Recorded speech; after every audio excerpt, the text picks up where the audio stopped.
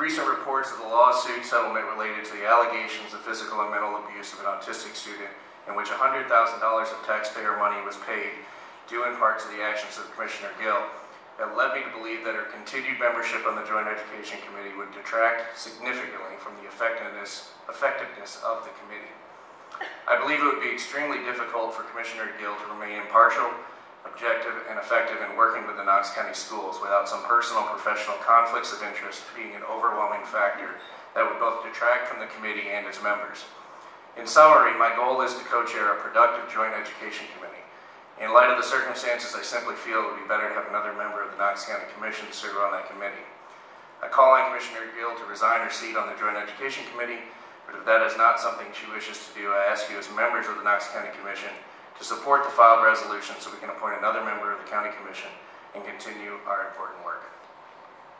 You know, and I've been given an opportunity to make sure I respond, because this really has a lot to do with the fact that we must build the commission as a body in order to build a better county.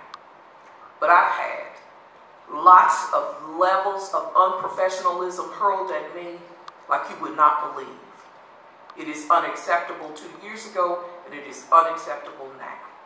I never once, even when the employment decision was made, have been unprofessional. This is about the capacity to build a better school system, and looking at the fact that 40% of our third grade students are on a reading grade level. We must look at how we pay our teachers and build a school system that is responsive to all of the needs of the children throughout Knox County. So this is directed toward me, but I'm about the business of having an appropriate civil engagement that is sunshine under the law versus what I've received. It is simply unacceptable. I'm here to make sure, because my behavior has demonstrated since the moment the citizens of the 1st District elected me to serve the constituents and all of Knox County. Thank you.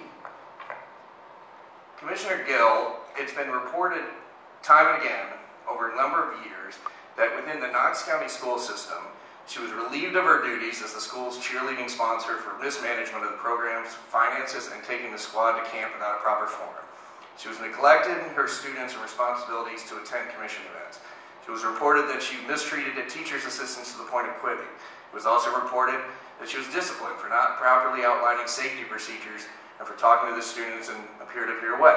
It was also reported in 2016, by a South Doyle principal, a situation where she undermined a fellow teacher. Time and again, there has been a very, very strained relationship, and now this is one additional element. And so when I look at the Joint Education Committee, I look at the effectiveness of our committee members, the representatives of this body, sitting down with the school district, and I ask, how in the world could Commissioner Gill have an impartial, unbiased, and effective relationship across the table with a very important part of our county, having all of that history? I'm not here to litigate whether it's true or not. I'm not here to litigate the case. I'm not here to talk about anything that relates to the legality of it. I'm talking about the effectiveness of our county commission members on a committee that is focused on better education. I think the professional thing to do would have been the starting point of this entire conversation, which was to gracefully say, I put the professional committee and the education system first, step aside, allow somebody else to sit there and in that seat and have the ability to move forward.